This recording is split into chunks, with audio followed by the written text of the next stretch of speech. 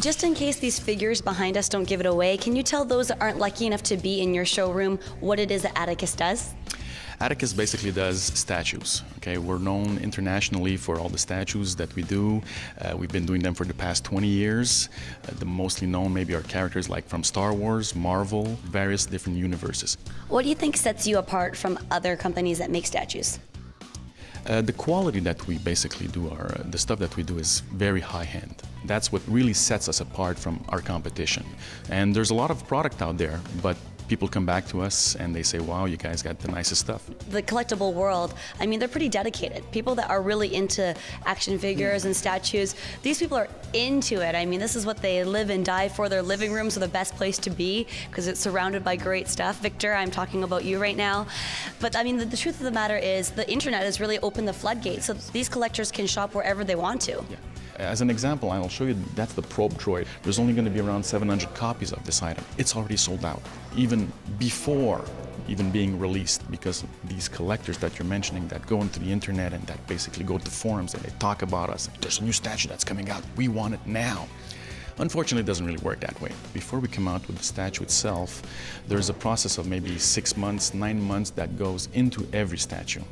Speaking of stuff selling out, does that happen for you guys a lot? Because you work almost exclusively with limited release.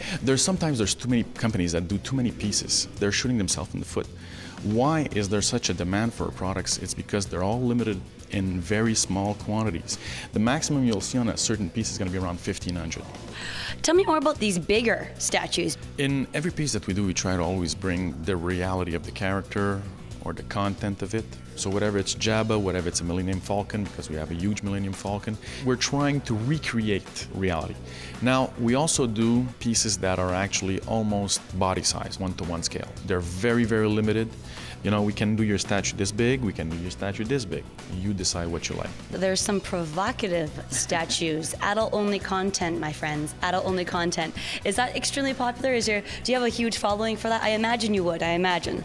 It's a very, very huge following. What we're trying to achieve with this is to say, guess what? This is a nice woman that we've transferred into a statue. Yes, it is sex, but she's beautiful and there's an essence to it. So after 20 years in this business, where else do you have to go? What's coming from you guys in the future? We're starting with something where we're actually using the artist's talent.